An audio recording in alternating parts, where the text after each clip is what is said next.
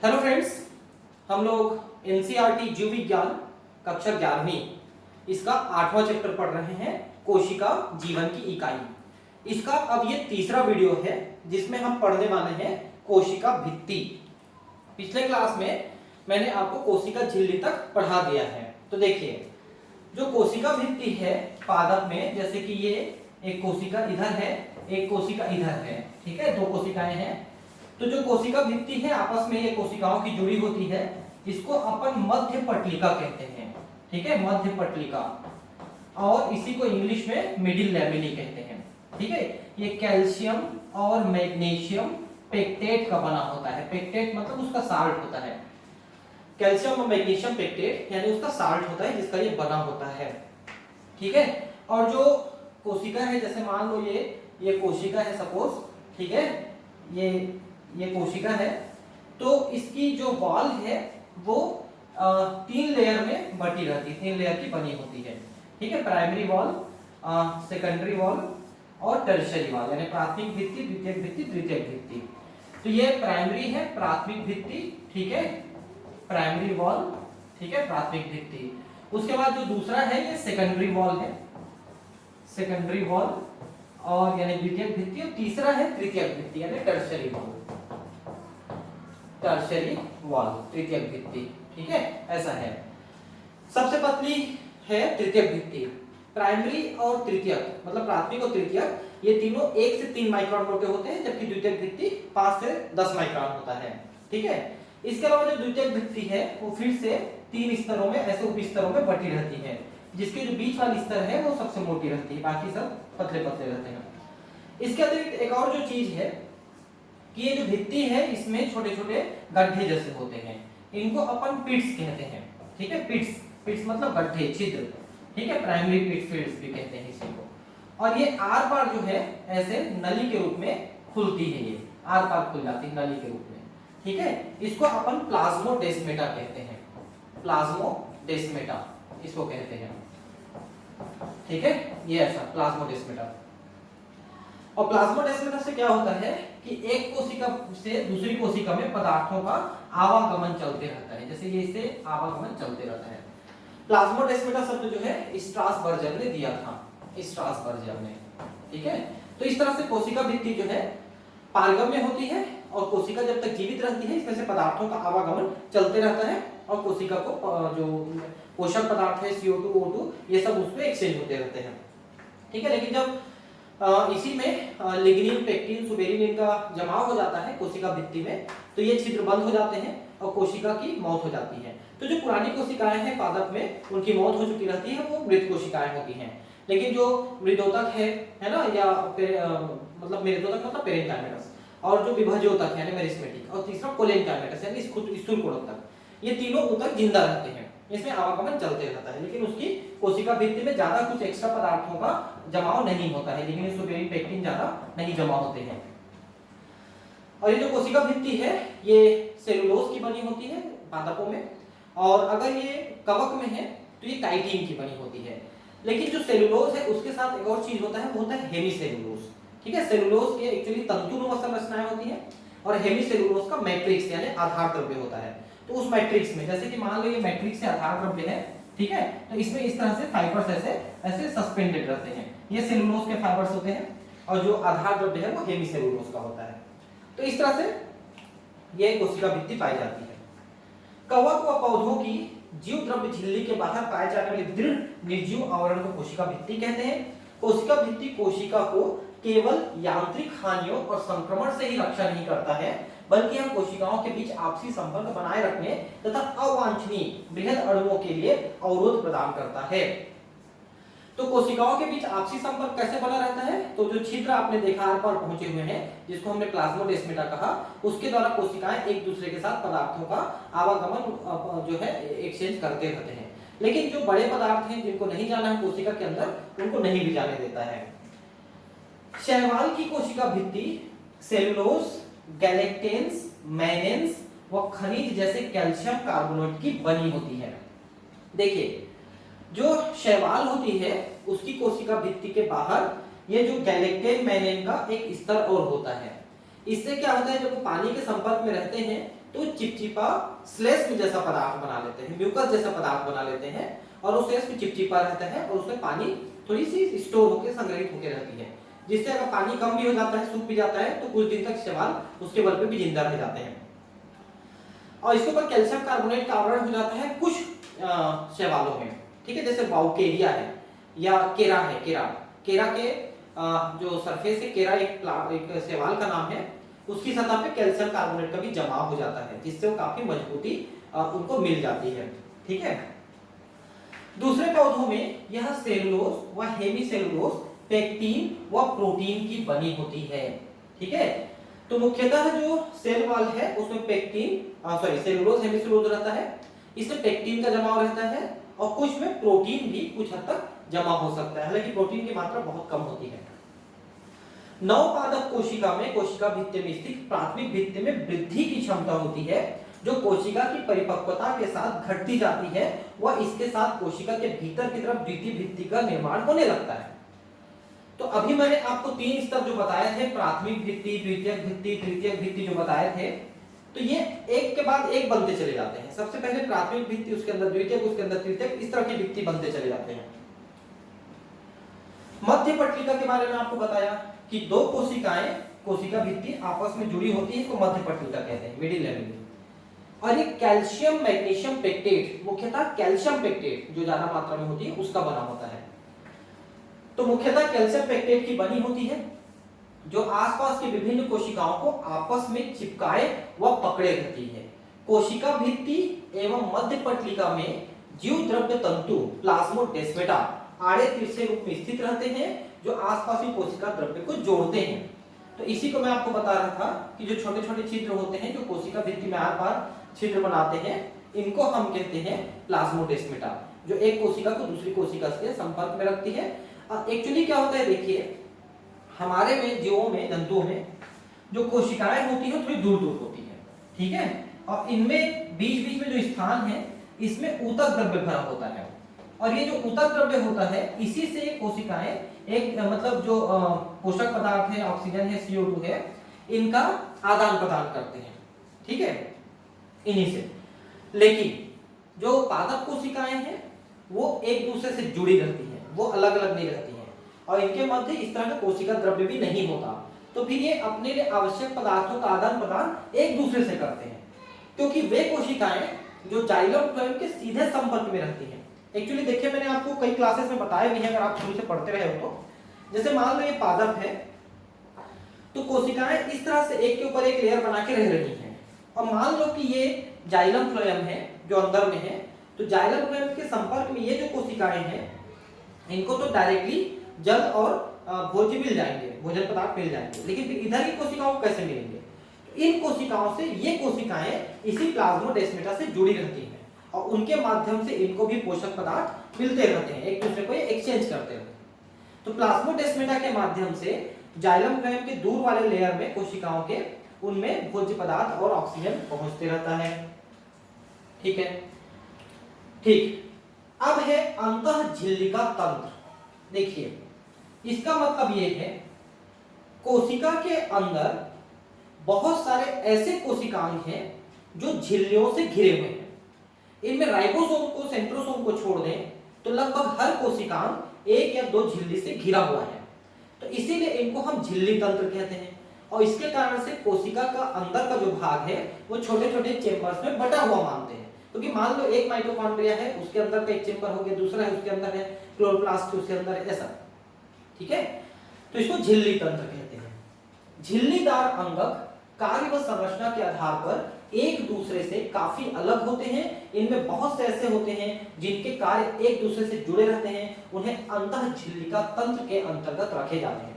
देखिए जैसे कि एंडोप्लाज्मिक रेटिकुलम है, जिसको अंतःप्रदव्य जालिका कहते हैं, दूसरा है गाल्गी काय, और तीसरा है लाइसोसोम।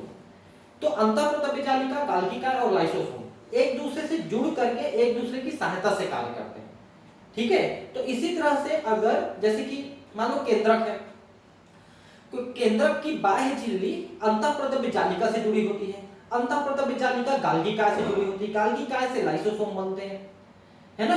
तो इस तरह से ये झिल्ली तंत्र कई एक दूसरे के साथ जुड़ करके सहयोग करके कार्य करते हैं, तो उन्हीं को मिला के हम अंतः झिल्लिका तंत्र कहते हैं। इसके अंतर्गत अंतः प्रदब्य जालिका जिसको एंडोप्लाज्म रेटिकुलम कहते हैं, गोल्गी-काय, लयन-काय यानी लाइसोसोम, रसधानी जिसको अपन वैक्यूल या रिक्तिका कहते हैं, अंग आते हैं। ये आपस में मिल करके काम करते हैं। लेकिन सूत्रकणिका यानी माइटोकॉन्ड्रिया, हरित लवक यानी क्लोरोप्लास्ट और पेरोक्सीसोम के कार्य उपयुक्त अंगों से अलग होते हैं, संबंधित नहीं होते हैं, इसलिए ये अंतः झिल्लिका तंत्र के अंतर्गत नहीं रखते हैं। विशेष बातों को आप ध्यान रखेंगे कि माइटोकॉन्ड्रिया, क्लोरोप्लास्ट, पेरोक्सीसोम इनको शामिल नहीं करते अंतः झिल्लिका तंत्र, ये अलग कार्य करते हैं। बाकी चीजों को जिसमें गोल्गी बॉडी, ईआर, लाइसोसोम और वैक्यूल ये अंतः झिल्लिका तंत्र में शामिल होते हैं, ध्यान रखेंगे क्योंकि ये आपस में मिलकर कार्य करते हैं, इसलिए इनको शामिल करते हैं। तो पहला है अंतः प्रदब्य जालिका जिसको अपन एंडोप्लाज्मिक रेटिकुलम कहते हैं।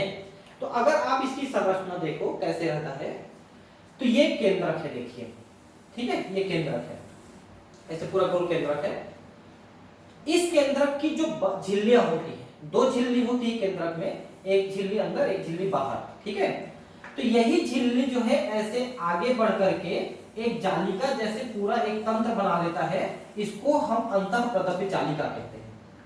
ये केंद्रक की जो बाह्य झिल्ली है वही इस टाइप की संरचना बना रही है, ठीक है, अंतः प्रदब्य जालिका। इसमें एक्चुअली 3 प्रकार की संरचनाएं शामिल हैं, ठीक है। एक तो इसमें ये जो इस टाइप की संरचना है, जो इस टाइप की दिखती है, ठीक है, इस टाइप की संरचना है, इसको हम कहते हैं सिस्टर्नी, इसी को हम कहते हैं सिस्टर्नी, ठीक है।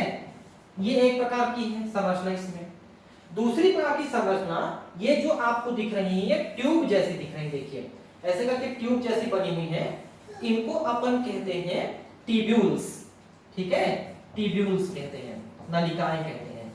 और तीसरी संरचनाएं जो यहाँ पर नहीं दिख रही है वो इस टाइप की गोल गोल संरचनाएं इनके साथ साथ पाई जाती हैं, है ना, इनको अपन कहते हैं वेसिकल्स। वेसिकल्स मतलब जो गुब्बारे जैसी संरचनाएं होती हैं उन्हें वेसिकल्स कहते हैं। तो 3 प्रकार की संरचनाओं की बनी होती है। ऐसे पतले पतले चपटे पटलिकाएं, जैसे कि मान लो ये एक चपटी पटलिका है ना, इसके जैसी संरचनाएं होती हैं, तो इसको हम कहते हैं सिस्टर्नी। लंबी लंबी जो संरचनाएं होती हैं इनको हम कहते हैं टिब्यूल या नलिकाएं, और छोटी छोटी गुब्बारे जैसी संरचनाएं होती हैं इनको अपन कहते हैं वेसिकल्स, इनकी बनी होती है। अब इनमें एक और जो विशेष चीज है वो है राइबोसोम। अगर इनकी सतह पे आपको राइबोसोम चिपके हुए दिखते हैं तो माइक्रोस्कोप से देखने पे ये भाग हमको खुरदुरे दिखाई देते हैं, इसलिए हम इनको खुरदुरी अंतः प्रदब्य जालिका या रफ एंडोप्लाज्मिक रेटिकुलम कहते हैं, ठीक है। और जिन भागों में ये नहीं दिखाई देते वो चिकने दिखाई देते हैं, तो इनको चिकनी अंतः प्रदब्य जालिका या स्मूथ ईआर कहते हैं, ठीक है। जो खुरदुरी है उनमें राइबोसोम है, नहीं है उन्हें स्मूथ कहते हैं, ठीक है, चिकनी कहते हैं। तो एक्चुअली ऐसी कोशिकाएं जिसमें प्रोटीन का अधिक संश्लेषण होता है, जैसे कि ग्लैंड्स हैं, ग्रंथिकाएं, इनमें प्रोटीन का ज्यादा संश्लेषण होता है, तो उनमें इस टाइप के एंडोप्लाज्म रेटिकुलम ज्यादा पाए जाएंगे जो खुरदरी वाले हैं, क्योंकि राइबोसोम है, राइबोसोम प्रोटीन बनाता है। लेकिन वे कोशिकाएं जो प्रोटीन के अलावा दूसरी चीजें बनाते हैं, जैसे कोलेस्ट्रॉल बनाएंगे, लिपिड बनाएंगे, फास्फोलिपिड, ग्लाइकोलिपिड, कार्बोहाइड्रेट, इस टाइप की चीजें बनाते हैं, प्रोटीन के अलावा दूसरी चीजें बनाते हैं, उनमें ये चिकनी वाली अंतः प्रदब्य जालिका ज्यादा पाई जाती है, ठीक है। तो ज्यादातर ये देखा गया है कि जो सिस्टर्नी है उनमें ज्यादा राइबोसोम रहते हैं, और ये जो वेसिकल्स हैं इनमें भी राइबोसोम चिपके होते हैं, लेकिन जो टिब्यूल्स हैं इनमें जनरली राइबोसोम चिपके हुए आपको नहीं दिखेंगे। तो ये स्मूथ वाले में ज्यादा पाए जाते हैं, सिस्टर्नी और वेसिकल्स जो है रफ वाले में ज्यादा पाए जाते हैं, ठीक है। तो एक तो ये काम किए कि प्रोटीन संश्लेषण कराने में, दूसरा कि ये चिकने वाले कार्बोहाइड्रेट, लिपिड, फास्फोलिपिड, कोलेस्ट्रॉल ये सब बनाने में। इसके साथ ही साथ अंतः प्रदब्य जालिका जो है कोशिका का अंतः कंकाल बनाता है। कंकाल का मतलब आप समझते हैं एंडोस्केलेटन, इसका मतलब है शरीर के अंदर जो हमारे बोन्स हैं ये कंकाल बनाते हैं, ये हमारे शरीर को एक निश्चित आकार रख रूप प्रदान करते हैं। अगर हमारे शरीर से कंकाल तंत्र को हम निकाल देंगे तो ये जो है हमारा शरीर पानी भरे हुए गुब्बारे जैसा हो जाएगा, ठीक है, अमीबॉइड हो जाएगा, उसका शेप साइज निर्धारित नहीं रहेगा। तो उसी तरह से जो कोशिका है उसके अंदर जो अंतःप्रद्रव्य जालिका है ये एक जाल की तरह फैला रहता है, तो ये कोशिका को अंदर से आधार प्रदान करता है, कंकाल तंत्र की तरह कार्य करता है, ठीक है। दूसरा ये है कि कोशिका के अंदर ये ट्रांसपोर्ट सिस्टम का काम करता है, परिवहन तंत्र का काम करता है, क्योंकि एक कोने से दूसरे कोने तक फैला रहता है तो पदार्थों को यहां से वहां कोशिका के अंदर फैलाने में मदद करता है। दूसरा कि कोशिका के बाहर से अंदर कोई चीज को लेना है तो उसके लिए भी आराम से रास्ता प्रदान कर देता है। तो ऐसे बहुत सारे कार्य ये करता है अंतःप्रद्रव्य जालिका, ठीक है। इलेक्ट्रॉन सूक्ष्मदर्शी से अध्ययन के पश्चात यह पता चला कि यूकैरियोटिक कोशिकाओं के कोशिका द्रव्य में चपटे आपस में जुड़े हुए थैली युक्त छोटी नलिकावत जालिका तंत्र बिखरी रहती है, जिसे अंतःप्रद्रव्य जालिका कहते हैं। तो आप देख सकते हैं कि ये जो झिल्ली से आस्तारित रहता है, थैली नुमा संरचना है या लैमेली जैसी संरचना है, पूरा एक जाल बिखरा रहता है। प्रायः राइबोसोम अंतःप्रद्रव्य जालिका के बाहरी सतह पर चिपके रहते हैं और जिसमें ये चिपके रहते हैं उसे हम खुरदुरी अंतःप्रद्रव्य जालिका या रफ एंडोप्लाज्मिक रेटिकुलम कहते हैं, ठीक है। और अगर ये अनुपस्थित है तो उसे हम चिकने कहते हैं, ठीक है। उन्हें अपन चिकने एंडोप्लाज्मिक रेटिकुलम जैसे यहाँ पर हमने कहा वो कहे जाते हैं, मैं पहले ही आपको बता चुका हूँ, ठीक है। जो कोशिकाएं प्रोटीन संश्लेषण और श्रावण में सक्रिय भाग लेती हैं उनमें खुरदुरी वाली अंतःप्रद्रव्य जालिका ज्यादा पाई जाती है, क्योंकि खुरदुरी वाले में राइबोसोम है तो वो प्रोटीन का संश्लेषण करेंगे, है ना। चिकनी वाली कहाँ पाई जाएगी? जिनमें लिपिड मतलब कि वसा का संश्लेषण ज्यादा होगा, वहां पर आपके चिकनी वाली। और इसकी तरह स्टेरॉइडल हार्मोन, देखिए स्टेरॉइड हार्मोन जो नर और मादा के जो लैंगिक हार्मोन है, सेक्स हार्मोन है, जैसे टेस्टोस्टेरोन, एस्ट्रोजन, प्रोजेस्टेरोन ये हैं। और हमारे जो एड्रिनल कॉर्टेक्स से जो स्रावित होने वाली हार्मोन है, जैसे कि आपका ग्लूकोकार्टिकॉइड, मिनरलोकार्टिकॉइड, है ना, एल्डोस्टेरोन, कॉर्टिसोल, कॉर्टिसोल, ये सब कुछ ऐसे हार्मोन हैं जो स्टेरॉइड हार्मोन है, सेक्स हार्मोन और एड्रिनल कॉर्टेक्स के हार्मोन। तो ये जो कॉर्टेक्स ये जो स्टेरॉइडल हार्मोन है इनको भी चिकनी वाली एंडोप्लाज्मिक रेटिकुलम बनाती है, उसको संश्लेषित करती है, ठीक है। तो ये संरचना हो गई एंडोप्लाज्मिक रेटिकुलम की। अब देखिए हम गोल्गी बॉडी पढ़ेंगे, ठीक है, गोल्गी बॉडी। तो 1898 में कैमिलो गोल्गी ने इसको डिस्कवर किया था, ठीक है। कहां पर डिस्कवर किया था? उल्लू के तंत्रिका कोशिका में, उल्लू के तंत्रिका कोशिका में इसको डिस्कवर किया था।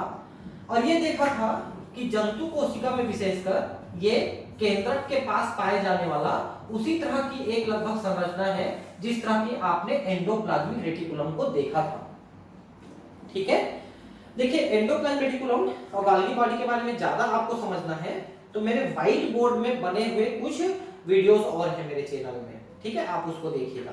एक और चीज बताना था आपको कि मेरा केमिस्ट्री का भी चैनल चलता है, मैंने कहीं चर्चा नहीं कर पाया आपसे, तो केमिस्ट्री चैनल में आप जाइएगा, केमिस्ट्री गुरु नीट जेईई टाइप करिएगा तो मेरा चैनल आ जाएगा, नीट जेईई केमिस्ट्री गुरु, है ना।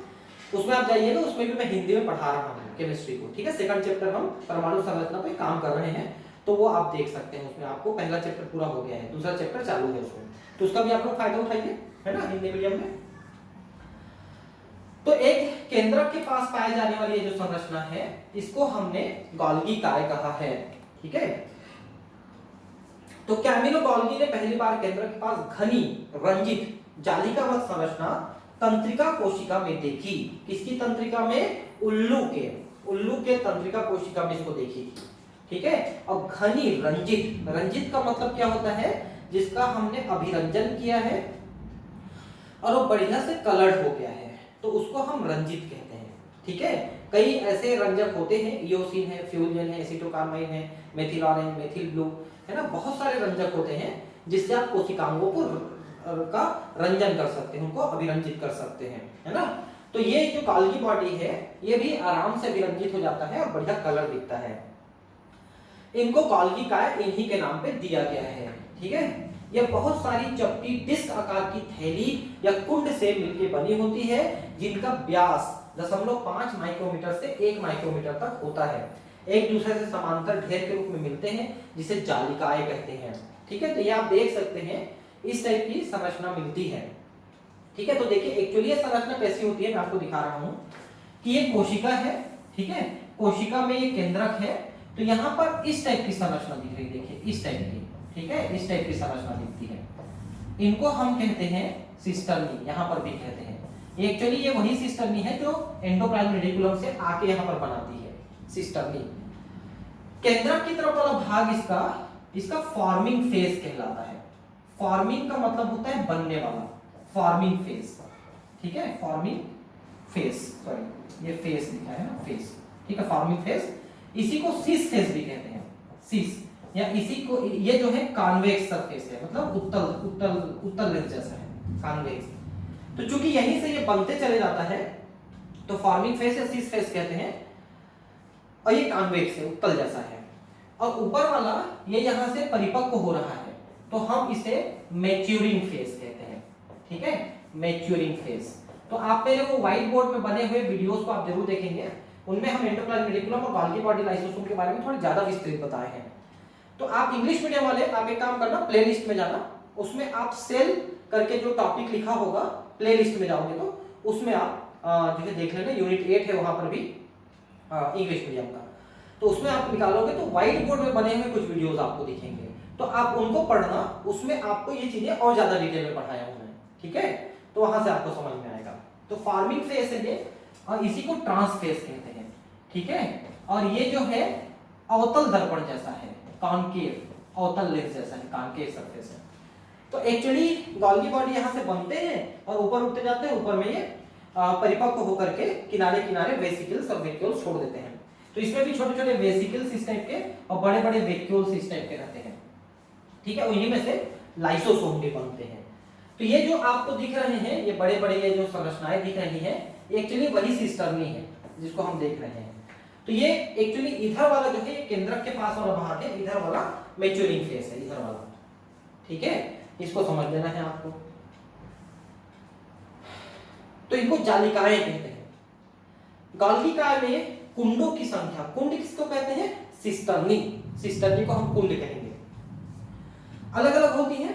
गोल्गी कुंड केंद्रक के पास संकेंद्रित व्यवस्थित होते हैं, जिनमें निर्माणकारी सतह, निर्माणकारी सतह मैंने बताया नीचे हिस्से को फॉर्मिंग फेस, उसी को हम सिस कहते हैं, जो उन्नतोदर है।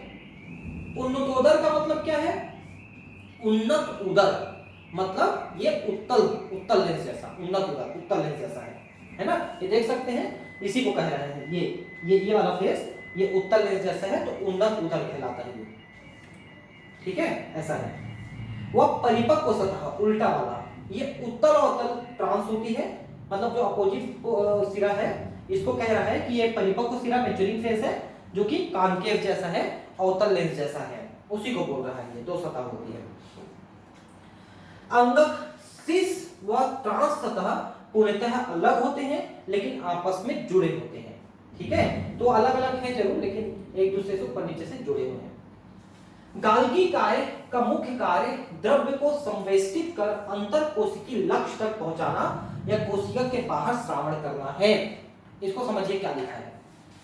एक्चुअली किसी पदार्थ को कोशिका बना रहा है और उसको दूसरी कोशिका में या कहीं बाहर वो स्रावित करना चाहता है, तो उस पदार्थ को फाइनल वो बनाएगा, उसको परिपक्व कराएगा, उस पदार्थ को, जैसे प्रोटीन है, हार्मोन है, एंजाइम है, उसको परिपक्व कराएगा और फिर उसको अंतर कोशिकीय लक्ष्य, मतलब दूसरी कोशिका में या फिर बाहर स्रावित करेगा। तो गोल्गी काय का मुख्य कार्य होता है कि ये कोशिका में बनने वाले पदार्थ को बाहर पहुंचाता है, बाहर स्रावित करता है।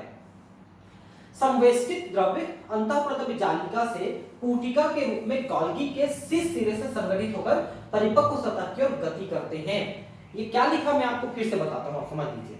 देखिए, ये गोल्गी बॉडी है, ठीक है, जिसमें ये फॉर्मिंग फेस है। ठीक है, यहीं पर ऐसे करके, अब यहां पर मैं बना रहा हूं, आपको दिख रहा होगा, ये होते हैं एंडोप्लाज्मिक रेटिकुलम, जिसमें चिपके होते हैं राइबोसोम। तो राइबोसोम क्या करते हैं? प्रोटीन वगैरह को बना करके उसको अपरिपक्व अवस्था में, प्रोटीन को पूरा परिपक्व नहीं करते, पूरा प्रोटीन ठीक से बना नहीं पाते हैं, आधे अधूरे प्रोटीन को ये अंतःप्रदव्य जालिका के अंदर छोड़ देते हैं। फिर अंतःप्रद्रव्य जालिका के जो सिस्टर्नी है, जो कुंड है, वो यहां से निकलते हैं और आकर के इस साइड में जुड़ जाते हैं, गॉल्गी बॉडी में जुड़ जाते हैं। आगे कहां से निकलते हैं? अंतःप्रद्रव्य जालिका से निकलते हैं और कहां जुड़ते हैं? गॉल्गी काय में जुड़ते हैं। फिर गॉल्गी काय ऊपर उठते उठते उन प्रोटीन पदार्थों को परिपक्व कराती हैं और परिपक्व करा के किनारे के हिस्से में उसको इकट्ठा करके अलग कर लेती हैं, फिर उसको बाहर स्रावित कर देती है। इसीलिए तो हम इसको फॉर्मिंग फेज कह रहे थे ना, बनने वाला सिरा कह रहे थे। क्यों? क्योंकि एंडोप्लाज्म रेटिकुलम से अंतःप्रद्रव्य जालिका से निकल के पटलिकाएं यहां पर जुड़ती हैं। तो एक प्रकार से गॉल्गी काय बन रहा है यहां पर, तो हम लोग इसको फार्मिंग फेज कह रहे थे, इसीलिए इसको, क्योंकि वहां पर बन रहे थे। ठीक है, ऐसा है। और ऊपर उठते उठते मैच्योरिंग यानी परिपक्व अवस्था में फिर वो अलग हो जाते हैं और कोशिका के बाहर या अंदर जहां पर भी हो वो काम आ जाते हैं। ठीक है, तो ये देखिए यहां पर लिखा है, इससे स्पष्ट है कि गॉल्गी काय का अंतःप्रद्रव्य जालिका से निकटतम संबंध है। तो एक्चुअली अंतःप्रद्रव्य जालिका के ही कुंड जो है, सिस्टर्नी जो है, वो जाके गॉल्गी बॉडी को बनाए हुए हैं। अंतःप्रद्रव्य जालिका पर उपस्थित राइबोसोम द्वारा प्रोटीन का संश्लेषण होता है, जो गॉल्गी काय के ट्रांस सिरे से निकलने के पूर्व इसके कुंड में रूपांतरित हो जाते हैं। क्योंकि प्रोटीन जो वहां पर बने हैं राइबोसोम में, जो जुड़े हुए हैं अंतःप्रद्रव्य जालिका के राइबोसोम में जो है, वो प्रोटीन पूरी तरह से परिपक्व प्रोटीन नहीं बन पाते हैं, उनको परिपक्व करने का काम गॉल्गी काय करता है। ठीक है, गॉल्गी काय ग्लाइकोप्रोटीन व ग्लाइकोलिपिड निर्माण का प्रमुख स्थल है। ठीक है, तो ग्लाइकोप्रोटीन का मतलब क्या होता है? ऐसे प्रोटीन जिनके साथ ग्लूकोज जैसी चीजें जुड़ जाती हैं, तो ये ग्लाइकोप्रोटीन कहलाता है। और ऐसी लिपिड, ऐसी वसा जिसके साथ ग्लूकोज जुड़ जाता है तो ग्लाइकोलिपिड कहलाता है। मतलब ग्लूकोज लिपिड के साथ जुड़ेगा तो ग्लाइकोलिपिड, प्रोटीन के साथ जुड़ेगा तो ग्लाइकोप्रोटीन, ऐसा चीजें। तो ये बनते हैं आपके गॉल्गी काय में, लेकिन एक्चुअली वो पहले एंडोप्लाज्म रेटिकुलम में प्रारंभिक तौर पे बने हुए रहते हैं, फिर वो जाकर के गॉल्गी काय में परिपक्व होते हैं। ठीक है, नेक्स्ट है लाइसोसोम, लयन काय, है ना। क्रिश्चियन डी डुवे ने इनको सबसे पहले खोजा था। यह एकल झिल्ली पुटिका संरचना होती है, जो केवल एक झिल्ली से बनी होती है और गॉल्गी बॉडी के द्वारा बनती है। गॉल्गी बॉडी में वो जो पुटिकाएं अलग हो रही थी, उसी में कुछ जो है वो लयन काय होते हैं, लाइसोसोम होते हैं, जो संवेष्टन विधि द्वारा गॉल्गी काय में बनते हैं। संवेष्टन क्या होता है पता है? कॉन्सेंट्रेट करना, उसको सांद्रित करना, उसको परिपक्व करना और उसको पूरी तरह से बना देना, इसको संवेष्टन कहते हैं। तो गॉल्गी बॉडी में ही ये बनते हैं। पृथकीकृत लयन काय पुटिकाओं में सभी प्रकार की जल अपघटनीय एंजाइम्स, जिनको हाइड्रोलेजेस कहते हैं, लाइपेज, प्रोटीएज, कार्बोहाइड्रेट। लाइपेज का मतलब जो लिपिड यानी वसा का डाइजेशन करते हैं, प्रोटीएज प्रोटीन का और कार्बोहाइड्रेट कार्बोहाइड्रेट का डाइजेशन करते हैं, उनका पाचन करते हैं। तो ऐसे पदार्थ जो कोशिका में पहुंचते हैं उनको हम डाइजेस्ट करते हैं। तो किसके सहायता से डाइजेस्ट करते हैं? तो लाइसोसोम की सहायता से। ठीक है, जो अम्लीय परिस्थिति में सर्वाधिक सक्रिय होते हैं। देखिए इनकी जो पाचन प्रक्रिया है उसको अपन जल अपघटन कहते हैं। जल अपघटन का मतलब है जल की उपस्थिति में अपघटन करना, तोड़ना, उसको पाचन करना। ठीक है, तो जल अपघटनी कहलाते हैं ऐसे एंजाइम्स हैं। दूसरा हम इसको ये भी देखते हैं कि एसिड हाइड्रोलेज है, मतलब अम्लीय माध्यम में कार्य करते हैं। तो लाइसोसोम के जो एंजाइम्स हैं वो 5.5 pH के आसपास काम करते हैं। 5.5 pH ये अम्लीय माध्यम है और इसमें वो सबसे ज्यादा सक्रिय रहते हैं लाइसोसोम के एंजाइम्स, इसलिए इनको एसिड हाइड्रोलेज कहते हैं। हाइड्रोलेज का मतलब होता है जल अपघटनीय एंजाइम, जो जल अपघटन करते हैं, जल के उपस्थिति में अपघटन करते हैं। ठीक है, जैसे देखिए कि मान लो आप लेते हो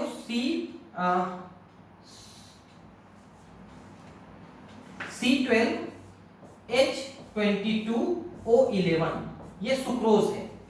अगर हम इसका जल की उपस्थिति में जल अपघटन करते हैं सुक्रेज एंजाइम की सहायता से, तो C6H12O6 प्लस C6H12O6 यानी एक ग्लूकोज और एक फ्रुक्टोज बनता है। तो आप इस दोनों फार्मूले में देखिएगा कि ये जो H2 है वो इसमें समाहित हो गया, तभी वो दोनों चीजें बनी है।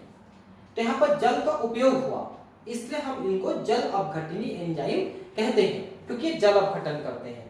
ठीक है, तो कोशिका के अंदर कोई चीज पहुंचता है, देखिए मैं आपको इसको थोड़ा डिटेल बता देता हूं। जैसे कि ये कोशिका है, ठीक है, ये कोई कोशिका है, ठीक है, इसमें ये लाइसोसोम बन के तैयार है। कोई फूड मटेरियल इसके पास आता है, कोई भी बाहरी पदार्थ जिसको डाइजेशन करना है, तो ये इसको अंदर की तरफ ऐसे इनफोल्ड करके, सेल मेम्ब्रेन को इनफोल्ड करके अंदर में ये एक जो है खाद्य धानी बनाते हैं। खाद्य धानी किसको कहते हैं? ऐसी रिक्तिका जिसके अंदर खाद्य पदार्थ होता है, इसको फेगोसोम भी कहते हैं। ठीक है, फेगोसोम इसलिए कहते हैं कि इस तरह से पदार्थ को खा जाना, ये फेगोसाइटोसिस यानी कोशिका भक्षण कहलाती है।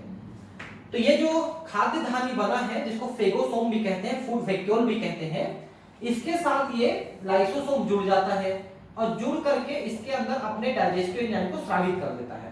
तो धीरे धीरे इस फूड मटेरियल का इस कोशिका के अंदर डाइजेशन, इस खाद्य धानी के अंदर डाइजेशन हो जाता है और डाइजेशन होकर के ये पदार्थ बाहर विसरित हो जाते हैं, डाइजेस्टेड पदार्थ। ठीक है, मतलब कोशिका द्रव्य में आ जाते हैं। लेकिन जो डाइजेस्ट नहीं हो पाए वो अनडाइजेस्टेड मटेरियल के रूप में, मतलब अपचित पदार्थ के रूप में रह जाते हैं, जिसको रेसिड्यू कहते हैं। अपचित पदार्थ रेसिड्यू कहते हैं, ये रह जाता है, तो इसको भी कोशिका के बाहर उत्सर्जित कर देते हैं। तो इस तरह से जो लाइसोसोम है वो कोशिका के अंदर पदार्थों का पाचन करता है। ठीक है, और अगर मान लो इसको बहुत समय तक भोजन नहीं मिला तो ये अपने ही कोशिकांगों को खाने लगता है, इनको डाइजेस्ट करने लगता है। ठीक है, डाइजेस्ट कर देगा, जैसे माइटोकॉन्ड्रिया है, क्लोरोप्लास्ट है, इनको डाइजेस्ट करने लगता है। ठीक है, और भी अगर फूड खत्म हो जाता है, ये भी सब खत्म हो जाते हैं, कोशिका बहुत कमजोर हो जाती है, तो ये लाइसोसोम अंदर फट जाते हैं और फट करके कोशिका को ही डाइजेस्ट कर देते हैं। इसलिए ये आत्महत्या करने वाली थैली कहलाते हैं। ठीक है, तो मतलब ये फूड मिलता रहेगा तो उनको डाइजेस्ट करेंगे, है ना, उनका फूड उपयोग करेंगे। नहीं मिला है तो अपनी कोशिकाओं को डाइजेस्ट करते हैं, ये भी कम पड़ने लगते हैं, कोशिका कमजोर होने लगती है तो खुद ही फट जाते हैं और कोशिका को ही नष्ट कर देते हैं। तो आत्महत्या करने वाली थैली कहलाते हैं ये। ठीक है, लाइसोसोम। ठीक हो गया। अब है रसधानी। तो देखिए रसधानी को मैं बताता हूं। जैसे कि ये कोशिका है, देखिए, नहीं पादप कोशिका को बनाना पड़ेगा क्योंकि रसधानी पादप कोशिका में रहता है, जंतु कोशिका में नहीं रहता। ठीक है, ऐसा। तो ये पादप कोशिका है, कोशिका भित्ति है। ठीक है, मोटी कोशिका भित्ति से घिरी रहती है। ये केंद्रक है। ठीक है, और ये कोशिका द्रव्य है। तो कोशिका द्रव्य का ये 70% हिस्सा घेरा रहता है, जिसको अपन रसधानी कहते हैं। ठीक है, रसधानी यानी इसको हम कहते हैं शेप वैक्यूल। शेप वैक्यूल कहते हैं इसको। ठीक है, तो ये रसधानी है, इसके अंदर जो भरा रहता है उसको हम सेल शेप या कोशिका रस कहते हैं। ध्यान रखना, सेल शेप यानी कोशिका रस। कोशिका रस और कोशिका द्रव्य में अंतर है ना, ध्यान रखेंगे। कोशिका रस जो है ये रसधानी यानी कि सेल वैक्यूल के अंदर भरा है, जबकि कोशिका द्रव्य तो बाहर में है, यहाँ पर जहां जिसमें डूबा हुआ है उसमें है कोशिका द्रव्य, है ना। तो एक सेल वैक्यूल कहलाता है। ठीक है, इसके अंदर कोशिका रस भरा है, सेल शेप भरा है। और इसमें क्या क्या होते हैं? तो इसमें साल्ट होता है, ठीक है, शुगर हो सकता है ना, या कुछ उत्सर्जी पदार्थ जैसे टैनिन हो सकते हैं, ठीक है, या एल्कलॉइड हो सकते हैं। ये ऐसी चीजें इसमें होती हैं। और सबसे बड़ी बात एक और जो चीज होती है वो होती है एंथोसाइनिन पिगमेंट। एंथोसाइनिन पिगमेंट जब होता है तो कोशिका को रंगीन बना देता है, और ये पादप के जिस भाग में रहता है, पादप को भाग भी कलर्ड हो जाता है, रंगीन हो जाता है। जैसे आप पुष्प को देखते हैं, है ना, तो जैसे गुलाब वगैरह का जो फूल है वो कलर्ड क्यों दिखता है? क्योंकि उसकी जो कोशिकाएं हैं उसकी रसधानी में एंथोसाइनिन नाम का पिगमेंट भरा है, वर्णक भरा है, उसी कारण से कलर दिखाई देता है। दूसरी बात यह है कि ये जो रसधानी है ये कोशिका के अंदर जल है, खनिज है ना, ये सब चीजों को संग्रहित करने का काम करता है, उसको स्टोर करने का काम करता है। और इसीलिए कोशिका में जल्दी पानी का अभाव नहीं हो पाता, जल का अभाव नहीं हो पाता, और कोशिका जो है स्फीत कंडीशन में रहती है। स्फीत का मतलब फुली हुई कंडीशन में, टर्जिड कंडीशन में रहती है। क्योंकि अगर कोशिका में पानी की कमी हो जाती है तो कोशिका जो है वो फ्लेशिड कंडीशन में आ जाती है, मतलब कोशिका पिचक जाएगी और पौधा मुरझा जाएगा। इसलिए पौधा इतना आसानी से नहीं मुरझाता है, एकदम पानी की कमी हो जाती है तभी मुरझाता है, नहीं तो नहीं मुरझाता है। ठीक है, तो ये रसधानी है। ठीक है, एक चीज और बता दें, इसका जो ये जो झिल्ली है, रसधानी की जो झिल्ली होती है, इसको हम टोनोप्लास्ट कहते हैं। इस झिल्ली का भी नाम आपको ध्यान रखना है कि जो कोशिका सॉरी वैक्यूल की रसधानी की जो झिल्ली है वो टोनोप्लास्ट है। कोशिका द्रव्य में झिल्ली द्वारा घिरी जगह को रसधानी कहते हैं। इनमें पानी, रस, उत्सर्जी पदार्थ व अन्य उत्पाद जो कोशिका के लिए उपयोगी नहीं है भी इनमें मिलते हैं। तो कोशिका के उत्सर्जी पदार्थ जनरली इनमें मिलते हैं, जिनमें टैनिन है, एल्केलॉइड है, सब होते हैं। रसधानी में एकल झिल्ली पाई जाती है जिससे वो आवृत होती है, इसे टोनोप्लास्ट कहते हैं। पादप कोशिकाओं में यह कोशिका का 90% तक स्थान घेरती है, 70% तो मिनिमम घेरती है और अधिकतम में 90% तक स्थान घेरती है। तो चूंकि एनसीईआरटी में 90% लिखा है तो आप इसको याद करेंगे, क्योंकि नीट में ये एनसीईआरटी से पूछता है। पौधे में बहुत से आयन व दूसरे पदार्थ सांद्रता प्रवणता के विपरीत टोनोप्लास्ट से होकर रसधानी में अभिगमित होते हैं। इस कारण से इनकी सांद्रता रसधानी में कोशिका द्रव्य की अपेक्षा अधिक होती है। ठीक है, तो जो पदार्थ है ना, आयन्स हैं, जैसे साल्ट के आयन से सोडियम है, क्लोराइड है ना, तो ये एक्चुअली कोशिका द्रव्य से इसके अंदर पहुंचते रहते हैं, भले इसके अंदर ज्यादा होते हैं उसके बावजूद इसके अंदर जाते हैं। उसी को लिखा सांद्रता प्रवणता के विरुद्ध। सांद्रता प्रवणता क्या है, इसमें ज्यादा से कम की ओर गति करते हैं सांद्रता प्रवणता में, लेकिन उसके विपरीत का मतलब कम है वहां से ज्यादा की ओर गति करेंगे, तो सांद्रता प्रवणता के विरुद्ध गति करते हैं और इसके अंदर ज्यादा हो जाते हैं। ठीक है, और ज्यादा हो जाएंगे तो जल को अधिक मात्रा में अवशोषित करने में सक्षम होता है। ठीक है, एक और चीज जो होता है अमीबा पैरामीशियम में, वो होता है संकुचनशील धानी। अब ये क्या चीज है देखिए, ये उत्सर्जन के लिए भी महत्वपूर्ण है, लेकिन ये एक्चुअली में ये ऑस्मो रेगुलेशन करता है। उत्सर्जन तो करते ही है, ऑस्मो रेगुलेशन इसका मुख्य काम है। ऑस्मो रेगुलेशन का मतलब क्या होता है देखिए, मैं आपको बताता हूं। जैसे ये पैरामीशियम है, मान लो आप इसको फ्रेश वाटर में, स्वच्छ जल में डाल देते हैं, तो स्वच्छ जल में जल जो है इसके अंदर प्रवेश करने लगेगा, जिसको हम अंतःपरासरण कहते हैं। तो एक ऐसा समय आएगा कि कोशिका फूल के फट जाएगी, लेकिन इससे बचने के तरीके होते हैं इनके पास। क्या तरीके होते हैं कि ये जो संकुचनशील धानी है, इसमें ये जल भरते चले जाता है, ये अवशोषित कर लेते हैं जल को। दो संकुचनशील धानी यहाँ पर पैरामीशियम में होते हैं, तो जल इसके अंदर भर जाते हैं, फिर ये किनारे आके जोर से पिचक करके जो जल है, जल की अधिक मात्रा है, इसको बाहर ऐसे पिचकारी की तरफ फेंक देते हैं। तो जल की अधिक मात्रा लगातार इसकी तरफ बाहर फेंकी जाती है, तो उनकी मात्रा बहुत ज्यादा कोशिका के अंदर नहीं हो पाती है। ठीक है, इसलिए कोशिका फूल के फटने से बच जाती है, इसको हम ऑस्मो रेगुलेशन कहते हैं। लेकिन इसके साथ साथ ये उत्सर्जी पदार्थों को भी उस जल में घोल करके बाहर कर देती है, जैसे अमोनिया है या इस टाइप के और कोई उत्सर्जी पदार्थ है, इनको बाहर फेंकने में इनको मदद मिलती है।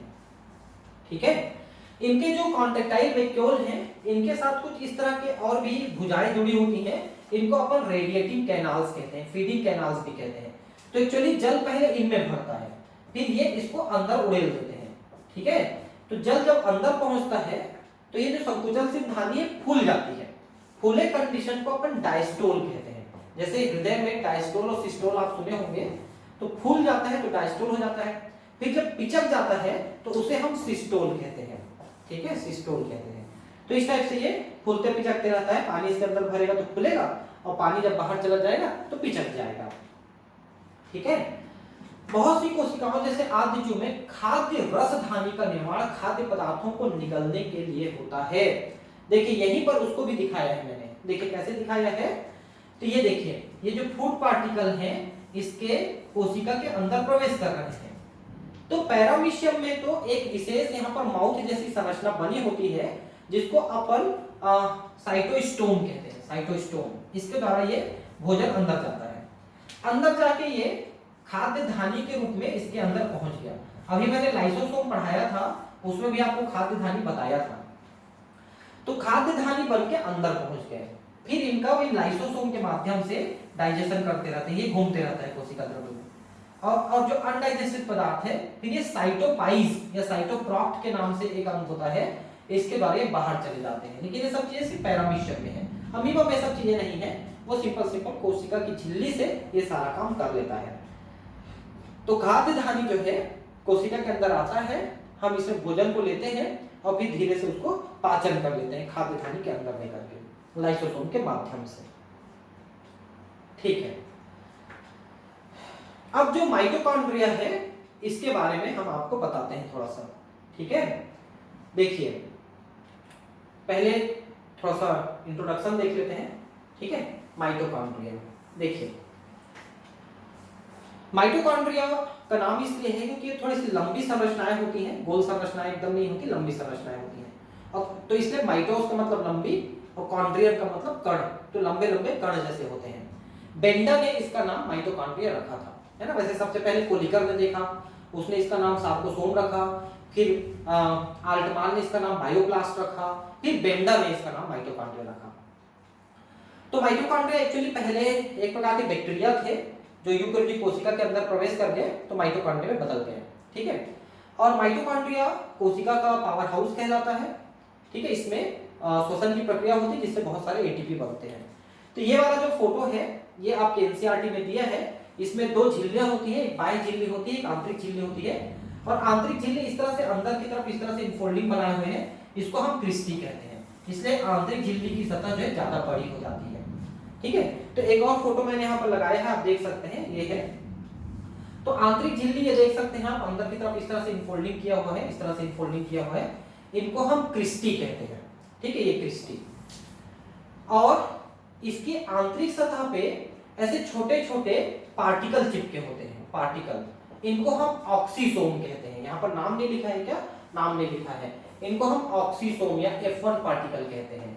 ठीक है, ये इलेक्ट्रॉन ट्रांसपोर्ट सिस्टम में भाग लेते हैं ऑक्सीसोम। इसके अतिरिक्त जो है अंदर में जो है मैट्रिक्स है उसमें ये डीएनए का अणु भी पाया जाता है, डीएनए। और ये छोटे छोटे जो पाए जा रहे हैं ये राइबोसोम्स हैं, छोटे छोटे राइबोसोम। ठीक है, ये पाए जा रहे हैं। तो इस तरह की संरचना है, बाह्य झिल्ली आंतरिक झिल्ली दो भाग से बटा हुआ। आंतरिक झिल्ली थोड़ी बड़ी होती है इसलिए इनफोल्डिंग का हुआ है क्रिस्टी, तो ये ज्यादा बड़ा सरफेस एरिया प्रदान करता है। देखिए श्वसन की जो प्रक्रिया होती है इसमें तीन स्टेप होते हैं। एक होता है ग्लाइकोलिसिस, एक होता है क्रेब्स साइकिल, एक होता है इलेक्ट्रॉन ट्रांसपोर्ट सिस्टम। तो जैसे कोशिका है, कोशिका के अंदर ये केंद्रक है, ये कोशिका द्रव्य है और ये माइटोकॉन्ड्रिया है मान लो। ठीक है, तो जो ग्लाइकोलिसिस है वो यहाँ पर यानी कोशिका द्रव्य पे चलती है। ग्लूकोज का ग्लाइकोलिसिस में प्रक्रिया में एंटर करता है, ग्लूकोज के द्वारा चला जाता है, ग्लूकोज से चलता है। तो ग्लूकोज जो है ग्लाइकोलिसिस में प्रवेश करता है और पायरिक अम्ल बनाता है। पायरिक अम्ल इसके अंदर घुस जाते हैं, दो पायरिक अम्ल बनते हैं, दोनों के द्वारा क्रेब्स चक्र चलाया जाता है। और क्रेब्स चक्र के द्वारा बहुत सारे NADH2 FADH2 बनते हैं। क्या बनते हैं? NADH2 FADH2 बनते हैं। अगर आप माइटोकॉन्ड्रिया को ज्यादा अच्छा समझना चाहते हैं तो फिर से मैं वही कहूंगा कि चैनल में जाकर के आप प्लेलिस्ट में जाकर के जो सेल वाला पार्ट है उसको आप जाएंगे प्लेलिस्ट में और उसमें आप माइटोकॉन्ड्रिया का अलग से एक वीडियो बना हुआ है, उसको आप देखेंगे तो माइटोकॉन्ड्रिया को बहुत डिटेल में बहुत अच्छे से पढ़ाया हुआ है, तो आप उसको अच्छे से समझ जाएंगे। ठीक है, तो सबसे पहले ग्लाइकोलिसिस यहाँ चला, उससे पायरिक अम्ल बना, पायरिक अम्ल अंदर गया, क्रेब्स साइकिल चलाया, क्रेब्स साइकिल में NADH2 FADH2 बना। ये सभी इन पार्टिकल्स में जाते हैं, ये जो छोटे छोटे पार्टिकल्स चिपके हुए हैं इनमें जाते हैं और इनमें ETS चलता है, इलेक्ट्रॉन ट्रांसपोर्ट सिस्टम, और इससे ATP बनते हैं। NADH2 के एक NADH2 से 3 ATP और एक ADH2 से 2 ATP बनते हैं। तो टोटल जो पूल है Krebs cycle electron transport system, ये सब चीज भी पढ़ाया हुआ अलग अलग, उनको भी आप पढ़ सकते हैं चाहे तो डिटेल में। तो इनसे हम 38 ATP निकालते हैं। तो इस तरह से माइटोकॉन्ड्रिया अपना काम करते रहता है। ठीक है, सूत्रकणिका को जब तक विशेष रूप से अभिरंजित नहीं किया जाता तब तक सूक्ष्मदर्शी से इसे आसानी से नहीं देखा जा सकता, क्योंकि ये पारदर्शी टाइप का होता है ये। तो हम इसको अभिरंजित करते हैं तो चाहे तो सुडान ब्लैक से कर सकते हैं, चाहे जेनस ग्रीन बी से कर सकते हैं। जब अभिरंजित होकर कलर्ड हो जाता है तो हमको अच्छे से दिखता है। प्रत्येक कोशिका में सूत्रकणिका की संख्या भिन्न भिन्न होती है। वे कोशिकाएं जिनमें ज्यादा क्रियाएं चलती हैं, ज्यादा सक्रिय होते हैं, उनको ज्यादा ऊर्जा की जरूरत पड़ती है, तो उसमें माइटोकॉन्ड्रिया ज्यादा होते हैं। यह उसकी कार्यकी सक्रियता पर निर्भर करती है, ज्यादा क्रियाशील कोशिका में ज्यादा माइटोकॉन्ड्रिया। ये आकृति व आकार में भिन्न भिन्न होती है, कुछ तस्तरी नुमा होती है, ठीक है, बेलनाकार आकृति की, 1 से 4.1 माइक्रोमीटर लंबी, 0.2 से 1 माइक्रोमीटर चौड़ी, औसत 0.5 माइक्रोमीटर व्यास की होती है। मतलब इनकी लंबाई चौड़ाई बता रहे हैं, है ना, 1 से 4 लंबी और आधे के आसपास चौड़ी, है ना। सूत्रकड़ी का एक दोहरी झिल्ली संरचना होती है, मैंने कहा 2 झिल्ली है, माइटोकॉन्ड्रिया, क्लोरोप्लास्ट और न्यूक्लियस, इसमें 2 झिल्ली है। बाह्य झिल्ली और भीतरी झिल्ली इसकी अवकाशिका को 2 स्पष्ट जली कक्षों, बाह्य कक्ष और भीतरी कक्ष में विभाजित करती है। जैसे कि मान लो ये बाहरी झिल्ली है और ये आंतरिक झिल्ली है, तो 2 चेंबर बन गए, एक दोनों के बीच में चेंबर है और एक अंदर में चेंबर है, ये दोनों चेंबर हम इसको बोल रहे हैं, जो यहाँ पर बोल रहे हैं बाह्य कक्ष और भीतरी कक्ष। भीतरी कक्ष में एक मैट्रिक्स भरा होता है, भीतरी कक्ष जो घने व समांगी पदार्थ से भरा होता है आधात्री या मैट्रिक्स कहते हैं, इसमें क्रेब साइकिल चलता है। बाह्य कला सूत्रकणिका की बाह्य सतत सीमा बनाती है, ठीक है। तो जो बाहरी झिल्ली है वो उसकी लिमिटिंग मेम्ब्रेन है, उसकी पूरी बाहरी सतह की लिमिट बनाता है, और अगर उसको हम निकाल देते हैं तो बचे हुए माइटोकॉन्ड्रिया को माइटोप्लास्ट कहते हैं, माइटोप्लास्ट, ठीक है। इसकी अंतः झिल्ली कई आधात्री की तरफ अंतर्वलयन बनाती है, जिनको क्रिस्टी कहते हैं, ठीक है। तो अंदर की तरफ जो ऐसे ऐसे इनफोल्डिंग बनाया हुआ है अंदर वाली झिल्ली, उसी को क्रिस्टी कहते हैं। ये सरफेस एरिया को बढ़ाते हैं, ये देखिए क्रिस्टी इसके क्षेत्रफल को बढ़ाते हैं। इसकी दोनों झिल्लियों में इनसे संबंधित विशेष एंजाइम मिलते हैं जो सूत्रकणिका के कार्य से संबंधित हैं।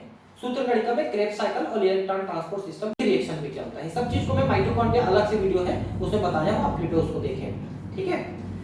सूत्रकणिका का वायवीय श्वसन से संबंध होता है, अवायवीय श्वसन में ये चीजें नहीं होती। इनमें कोशिकीय ऊर्जा एटीपी के रूप में उत्पादित होती है, इस कारण से सूत्रकणिका को कोशिका का शक्तिक्रिय पावर हाउस कहते हैं। सूत्रकणिका के आधात्री में एक वृत्ताकार डीएनए अणु भी होता है और कुछ आरएनए, राइबोसोम 70S प्रकार का और प्रोटीन संश्लेषण के आवश्यक घटक मिलते हैं। सूत्रकणिका विखंडन द्वारा विभाजित होती है। जो नए माइटोकॉन्ड्रिया बनते हैं वो पुराने वाले माइटोकॉन्ड्रिया से विभाजन के द्वारा बनते हैं, इसी तरह से क्लोरोप्लास्ट भी विभाजन द्वारा बनते हैं, ठीक है। तो इस तरह से माइटोकॉन्ड्रिया का स्ट्रक्चर शॉर्ट में यहाँ पर दिया है, वो मैंने आपको बताया है, ठीक है। बाकी चीजें अगली क्लास में पढ़ेंगे, ठीक है दोस्तों, मिलते हैं अगले क्लास में। Thank you, bye.